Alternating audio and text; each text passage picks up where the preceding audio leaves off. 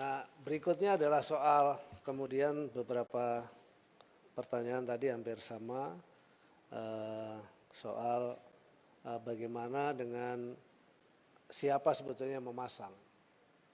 Jadi sampai dengan hari ini masih dalam proses penyidikan. Ya memang tuntutan dari para masyarakat pengennya hari ini diusut, disegel, besok juga udah langsung ketahuan. Tapi tidak mudah juga karena kami mendapat beberapa petunjuk tentu, tapi tentu kan juga harus dipanggil dan kemudian ditanya apakah yang bersangkutan betul melakukan itu dan seterusnya, karena memang terus terang kami tidak memiliki satu alat pengawasan yang tadi disampaikan itu ya. Kami sudah mengajukan sebenarnya untuk kemudian kita bisa memiliki digital surveillance begitu, tapi sampai hari ini kita belum punya. Dan kemudian kalau soal koordinasi, Pak, kita sudah sering melakukan koordinasi dan masing-masing sudah paham bahwa kalau menerbitkan atau mengizinkan ini, mengizinkan itu nggak boleh. Nah, dan kita sudah sering koordinasi, tapi tetap saja memang masih terlanggar ya. Sudah itu memang menjadi, dan tanggung jawab pengawasan memang terus terang bukan hanya di kita, tapi tanggung jawab pengawasan semua pihak. Daerah juga punya wewenang untuk melakukan pengawasan.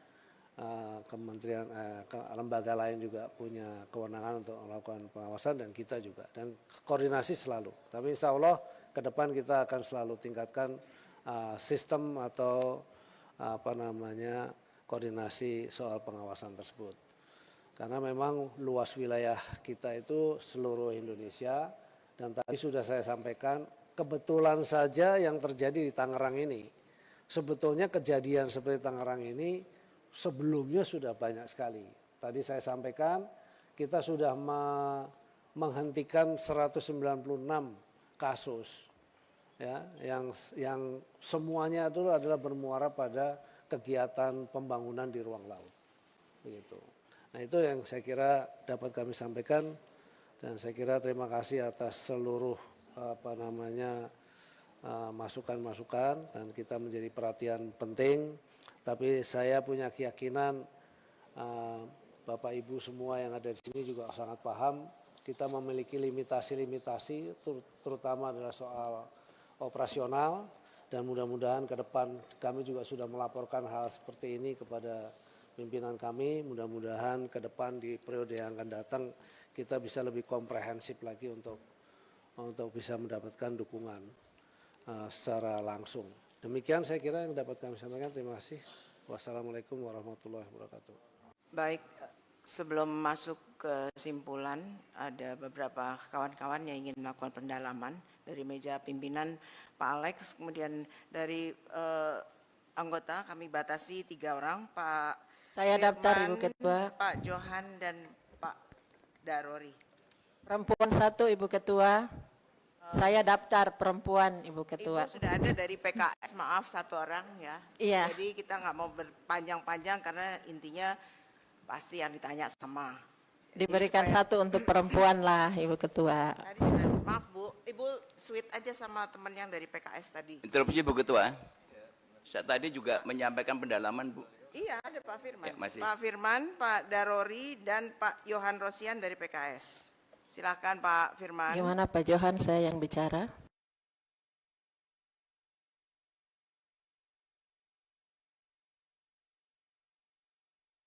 Oh maaf, sebelumnya dari meja pimpinan dulu Pak Alex. Terima kasih, biar enggak kelupaan fresh dari jawaban Pak Menteri tadi. Saya ingin mempertegas Pak Menteri, berarti Kementerian Kelautan dan Perikanan belum bisa mengungkap pelakunya ya? Yang setengah tol Jagorawi ini? Belum ya? Oke, yang kedua Pak, mohon izin aja, ini cuma 2 pertanyaan. Jadi saya pertegas lagi, yang pertama, Kementerian belum bisa mengungkap pelakunya. Yang kedua, apakah Kementerian sudah berkoordinasi dalam hal ini mungkin dengan pihak kepolisian untuk melakukan penyelidikan terkait hal ini?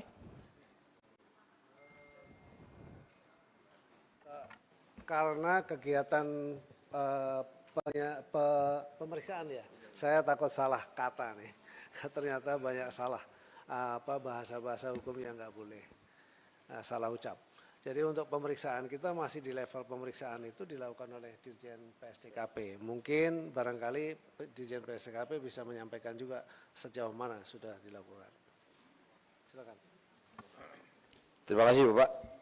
Kami sudah memanggil beberapa pihak yang mengaku kemarin sempat di medsos itu nelayan yang mengaku sebagai pemilik. Kami lakukan pemeriksaan, klarifikasi kita panggil. Mereka begitu diklarifikasi hanya menyampaikan kami hanya juru bicara nelayan, bukan penanggung jawab. Padahal situ bilang penanggung jawab, makanya kami panggil karena penanggung jawab. Ternyata yang disampaikan kami hanya mewakili nelayan sebagai juru bicara, beda lagi. Jadi kami harus mencari lagi ini Pak, sampai nanti ada yang itu. Demikian Bapak. Interupsi pimpinan. Rajif, Ibu izin, Bu Ketua. Pak Rajif, maaf. Pak Firman dulu sebagai yang sudah daftar dari tadi. Baik, terima kasih Ibu Ketua. Pimpinan yang saya hormati, Pak Menteri beserta jajarannya dan seluruh anggota Komisi 4 yang saya banggakan. Pertama, saya merasa bangga karena statement Ibu Ketua kemarin setelah meninjau lapangan itu ibaratnya bisa menenangkan atau bisa memadamkan. Ibaratnya kalau ada kebakaran itu rakyat sudah mulai tenang, statement itu. Namun setelah saya mendengarkan penjelasan Pak Menteri, ini harapan saya juga jangan sampai mengecewakan statement daripada Bu Ketua kami. Termasuk saya pun kemarin memberikan satu respon tanggapan yang keras karena saya khawatir juga kalau disemprit Bu Ketua. Ternyata Bu Ketua lebih keras daripada saya. Saya bangga betul. Pak Menteri yang saya hormati, terkait proyek kaitannya dengan PIK, ini gonjang-ganjingnya itu mulai tahun 2009. Saya sebagai pimpinan di sini waktu itu, bahwa di era pemerintahan sebelumnya itu pernah dilakukan penolakan. Kajian lingkungan hidup strategis sudah dilakukan penolakan oleh pemerintahan Orde Baru dan dilanjutkan pemerintahan berikutnya. Karena memang dengan berbagai pertimbangan aspek sosial, ekonomi, lingkungan, dan lain sebagainya. Namun kami juga heran tiba-tiba akhir-akhir ini ibaratnya proyek di sana itu seperti superjet, push, langsung selesai semua dan bisa terbangun seperti itu. Dan kedua, yang paling mengejutkan itu adalah ketika terjadi pemagaran yang sudah begitu panjang. Saya mohon maaf Pak Menteri, ini tugas kita bersama. Saya tidak akan istilahnya marah kepada Pak Menteri, tapi kekecewaan saya sebagai wakil rakyat, Pak. Bapak tidak menunjukkan keseriusan dalam persoalan ini.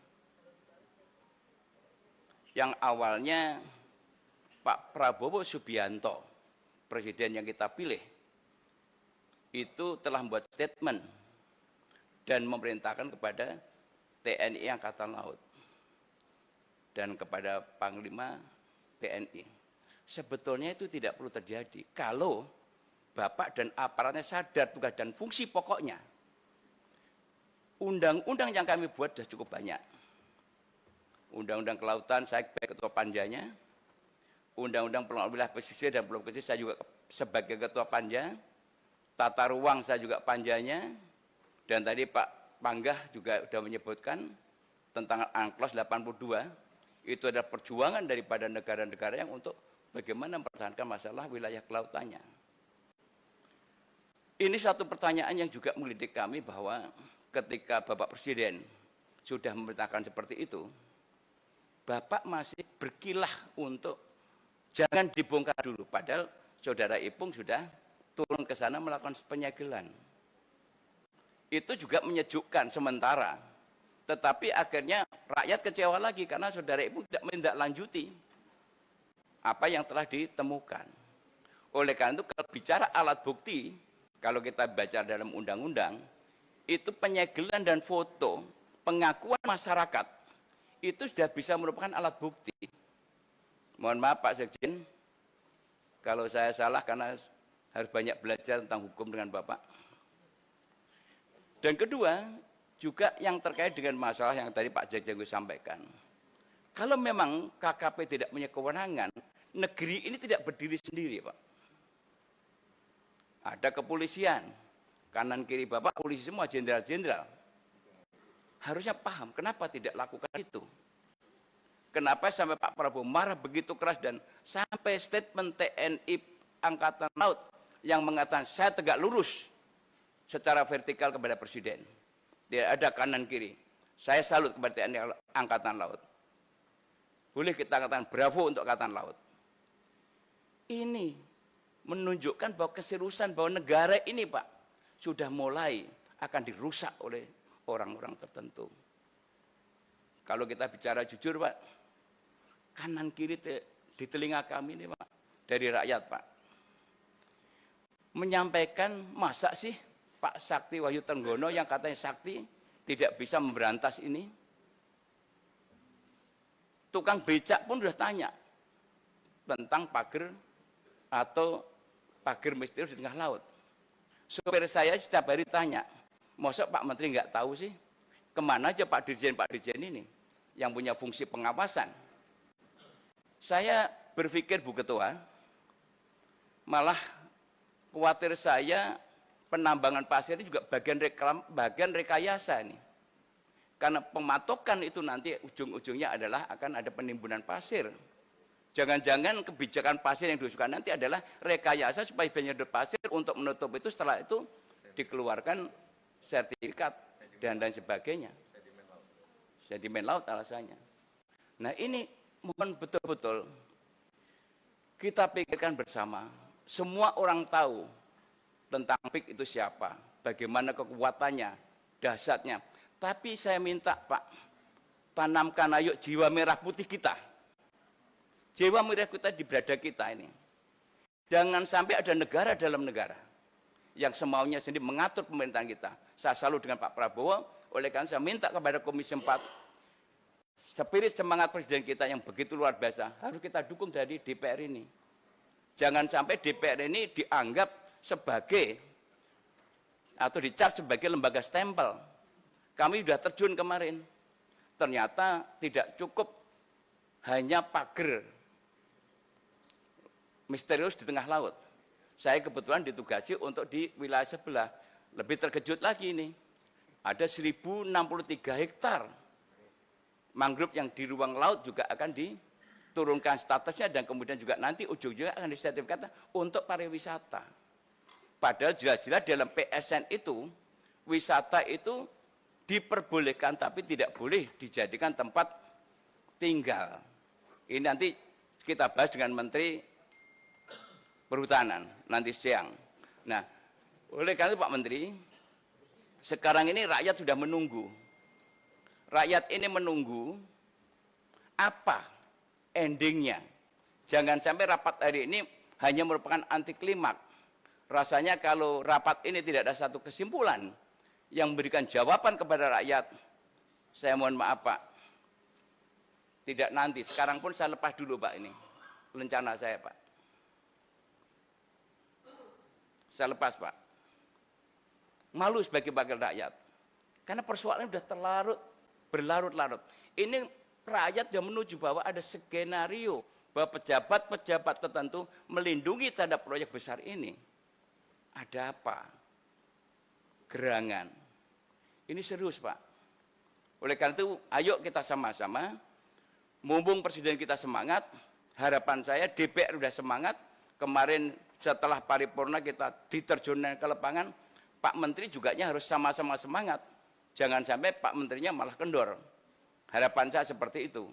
Jadi ini Bu Ketua, saya mohon betul agar statement Bu Ketua kemarin itu bisa menjawab daripada apa yang disampaikan atau diharapkan masyarakat. Saya dan teman-teman tentunya di ruangan ini tidak ada fraksi partai-partai Pak, yang adalah fraksi Komisi 4. Kami ada di belakang Ibu Pimpinan untuk mendukung apa yang langkah-langkah dilakukan Ibu pimpinan dalam rangka menegakkan regulasi, aturan, dan harapan kami adalah harus diusut tuntas. Seperti yang disampaikan Bu Ketua. Harus karena sudah ada pengakuan. Yang paling bahaya Pak adalah ada sebuah skenario. Rakyat, nelayan yang tidak tahu atau buta hukum disuruh bikin pengakuan. Alangkah naibnya negeri ini. Rakyat yang sudah susah, sengsara, disuruh mengaku untuk melakukan persekongkolan jahat. Mengakui perbuatan-perbuatan yang melawan hukum oleh kelompok tertentu. Ada 6 perusahaan di sana yang sudah mendapatkan legalitas terhadap pemilikan di sana, padahal di sana masih dalam posisi ada air, undang-undangnya sudah jelas semuanya. Kami juga konfirmasi kepada Pak Nusron, tapi sayang Pak Nusron tidak pernah berani merespon, karena mungkin saking ketakutannya, tapi saya berikan apresiasi. Saya menyayangkan statement daripada juru bicara daripada KKP, yang selalu berkilah, seolah-olah Pak Nusron dianggap membocorkan. Ini bukan membocorkan, karena udah perintah Presiden maka harus dibuka, harus terang benderang. Siapa pemegang sertifikat dan siapa dalangnya. Bukti lengkap sebetulnya. Tinggal bagaimana ada kemauan atau tidak kita untuk menindak itu. Jadi tidak ada alasan lagi untuk mengatakan bahwa kami masih menunggu, menindaklanjuti atau kita masih koordinasi. Sampai kapan kita berkoordinasi? Ini yang dijawab oleh Pak Menteri, dan jawaban ini bukan untuk kami DPR Pak, untuk rakyat Indonesia, karena sekarang sudah mulai muncul. Surabaya tadi sampaikan, Makassar sekarang muncul lagi, yang dulu pernah kita kunjungi, ada lagi di daerah lain juga sama seperti itu. Jadi ini memang tidak ringan. Oleh karena itu saya minta kepada Pak Menteri, karena sudah memerlukan perintah instruksi Presiden, sampaikan kepada Saudari Menteri Keuangan, kalau memang Bapak perlu anggaran besar, ini adalah untuk menyelamatkan aset negara. Ini adalah milik bangsa Indonesia. Jadi tolong tidak usah takut dengan Menteri Keuangan, karena Bapak menyelamatkan aset negara. Jadi itu yang kami sampaikan, kami tetap akan bersama-sama untuk menyelesaikan masalah ini, namun saya harapkan Bapak berserta aparaturnya harus lebih serius daripada kami yang ada di ruangan ini. Demikian, terima kasih. Assalamualaikum warahmatullahi wabarakatuh.